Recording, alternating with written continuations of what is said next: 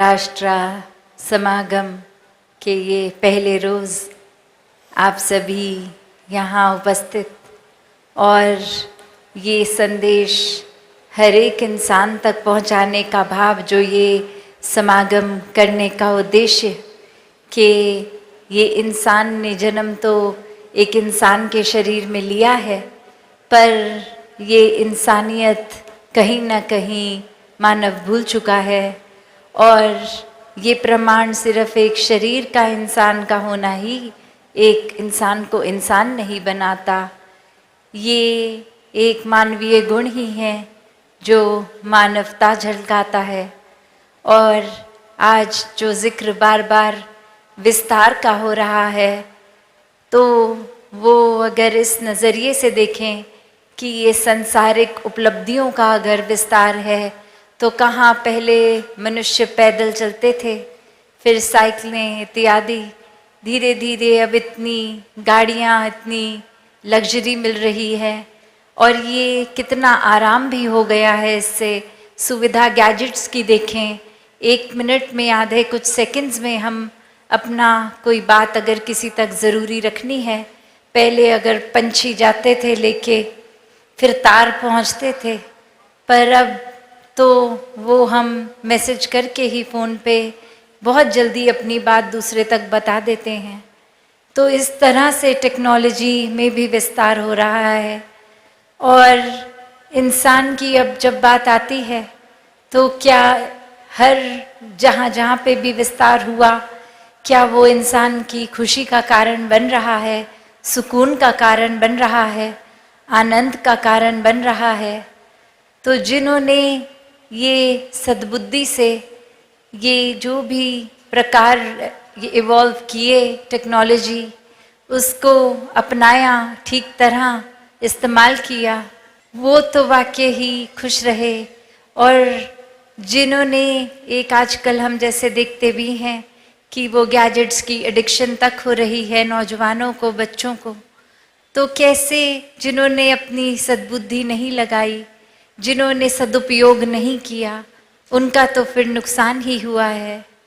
तो यहाँ आज विस्तार की जो बात हो रही है, ये कोई मटीरियलिस्टिक उपलब्धियों की विस्तार की बात नहीं कि ये संसार में आए हैं तो मटीरियलिस्टिक उपलब्धियाँ भी ये मुबारक बन जाती हैं ठीक से इस्तेमाल करे जाने पे।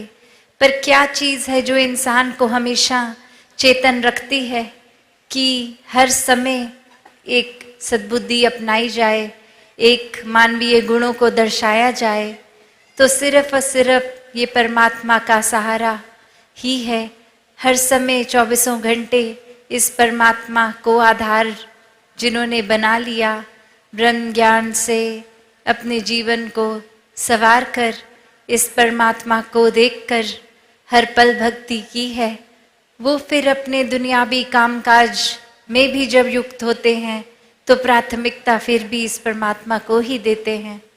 तो संतों ने किसी भी युग में यही समझाया कि ये रोज़मर्रा के कामकाज तो मुबारक हैं, उपलब्धियां भी मुबारक हैं, बस हर समय प्राथमिकता इस परमात्मा को बनाएंगे तो सिर्फ ये भाव मन का खराब तो ही सिर्फ नहीं, एक अच्छा शुद्ध रहेगा।